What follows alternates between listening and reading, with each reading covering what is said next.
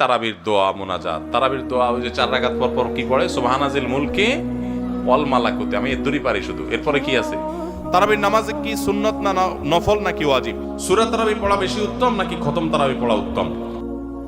তারাবির দোয়া মুনাজাত, তারাবির দোয়া ওই যে 4 রাকাত পর পর কি পড়ে, সুবহানাজিল মুলকি ওয়াল মালাকুতি, আমি এদুরি পারি শুধু। এরপরে কি আছে? আচ্ছা কি জানি আছে। তো এগুলো আসলে কোনো কোরআন হাদিসে নাই, যেহেতু কোরআন হাদিসে নাই সেজন্য আমি পাই নাই। কোরআন হাদিস থাকলে তো পাইতাম। বুঝা যাচ্ছে কথা? আমরা একসময় দেখছি যে ইয়াং পোলাপান তারাবি পড়তে যায় না। কিরে বাবা তারাবি পড়তে যাস না কেন? বলে হুজুর এখনো তারাবির দোয়া মুখস্থ হয়নি। বুঝতে পারছেন? তো তারাবির নামাজের জন্য 4 রাকাত পর পর দোয়া পড়া, এটা তারাবির সাথে এর কোনো সম্পর্ক নাই, দোয়া পড়ার কোনো প্রয়োজন নাই। 4 রাকাত পর একটু অবসর দেয় ইমাম সাহেব, এটা রেস্ট। আপনি এটা একটু পানি খাবেন, দরকার একটু হাত পা এদিক সেদিক করবেন, একটু রেস্ট করবেন, একটু শরীরটা এলায়া বসবেন, দরকার একটু পেশাব ওযু করে চলে আসবেন। এটা হলো রেস্টের সময়। তারাবি মানে হলো আরাম করে করে পড়া, 4 রাকাত পর রেস্ট দেওয়া। ওই মধ্যপ্রাচ্যের লোকরা, মিডল ইস্টের লোকেরা আছে, আমাদের দেশেও কোনো কোনো মসজিদে দেখা যায় 4 রাকাত পর পর একটু খেজুর, একটু পানি, একটু চা, একটু খায় মানুষ। তো এটা তো রেস্টের সময়। আপনি রেস্ট না করে কি করতেছেন? ইমাম সাহেব এতক্ষণ পড়ছে, হাফেজ সাহেব দুমায়া টানছে, আপনি তো এতক্ষণ শুনছেন বসে, কোনো ডিউটি ছিল না। এখন 4 রাকাত পর বরং আপনি আরো ডিউটি শুরু করে দিচ্ছেন, সুবহানাজিল মুলকি ওয়াল মালাকুতি।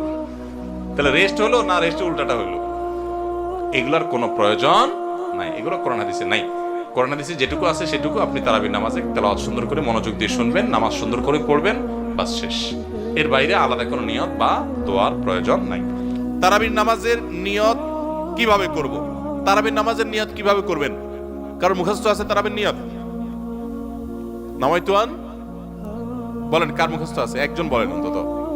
তারাবির নিয়ত কে বলতে পারবে? বলেন বলেন ভাই।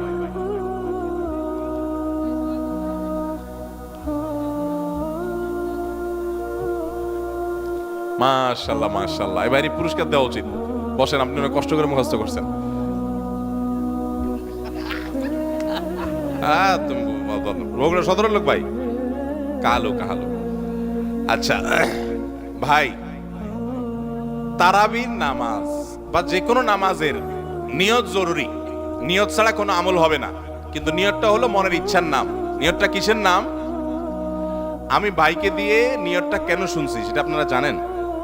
জানেন না আপনারা? আমি ওনাকে দিয়ে কেন শুনলাম বলেন তো? কে বলতে পারবেন? কে বলতে পারবেন না? আমি ওনার দিয়ে এই জন্য শুনছি যে ওটা আমার জানা ছিল না। এটা হলো সত্য কথা। ওইটা আমি নিজেও জানি না। নামাইতুয়ান দিয়ে শুরু এটা জানি, কিন্তু বাকি শেষেরটা আমি জানি না। এই জন্য আমি চাইছি একটু শুনতে আর কি। আমি জানি না এই জন্য যে কোরআন হাদিসে কোথাও পাই নাই। এখন ভাইরা কেউ পাইলে তো ভিন্ন কথা, আমি কোথাও পাই নাই। এই নিয়ত মুখে এরকম গদবাদা উচ্চারণ করা, হ্যাঁ এটা পাইছি আমরা ছোটবেলা বগদাদি কায়দায়। বগদাদি কায়দা এটার জন্য কত মাইদ্যরে হয়তো খাইছি, পাইয়া তখনই ভুলে গেছি।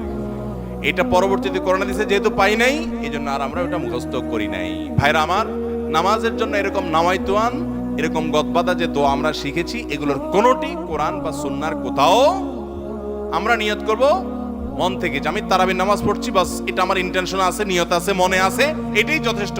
মুখে উচ্চারণ করা জরুরি না, এবং মুখে উচ্চারণ করা এটা সুন্নাহও না। নবী সাল্লাল্লাহু আলাইহি ওয়াসাল্লাম শেখানো না এটা আমাকে। ইবাদত করতে হবে তার পদ্ধতিতে। কোনো হাদিসে যদি উৎসাহ দেওয়া না থাকে, আমি কেন সেটা করতে যাব, কসরত করতে যাব? তবে হ্যাঁ, নিয়তটা হলো অন্তরের ইচ্ছার নাম, সেটাই যথেষ্ট। আলাদা মুখে নামাইতুয়ান পড়ার দরকার নেই। তারাবির নামাজে কি সুন্নত না নফল নাকি ওয়াজিব? তারাবির নামাজ সুন্নাত। নবী করিম সাল্লাল্লাহু আলাইহি ওয়াসাল্লামের সুন্নাত, সাহাবায়ে কেরামের সুন্নাহ। অতএব সুন্নাতের নিয়ত করলে নামাজ হয়ে যাবে। নফল শব্দের অর্থ হলো ফরজ ওয়াজিবের বাইরে এক্সট্রা, অতিরিক্ত। নফল মানে অতিরিক্ত, সেই হিসাবে নফল নিয়ত করলে আদায় হয়ে যাবে। কিন্তু এটা সুন্নাহ নামাজ। তারাবির নামাজ কিসের নামাজ? সুন্নাহ নামাজ। সূরা তারাবি পড়া বেশি উত্তম নাকি খতম তারাবি পড়া উত্তম?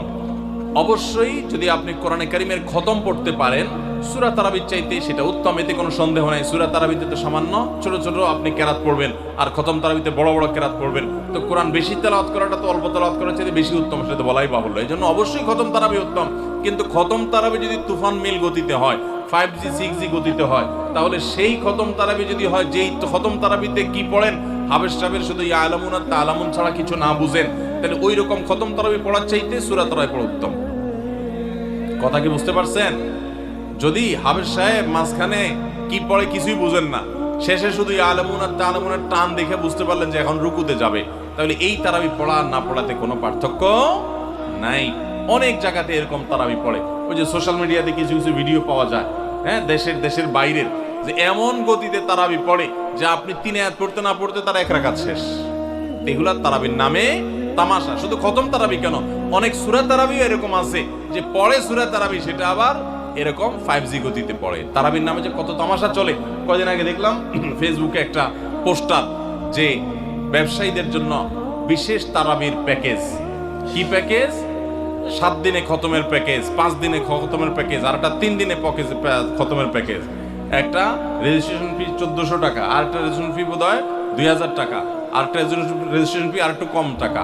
হ্যাঁ, রেজিস্ট্রেশন ফি দিয়া আবেদ সাহেবরা চুক্তি করে তারাবি পড়ায়। কিয়ামতের আগে যে আরো কত কিছু হবে একমাত্র আল্লাহ তাআলাই ভালো জানেন। এগুলো সব তারাবির নামে কি ভাই? তামাশা। জায়েজ নাই ভাবে করা।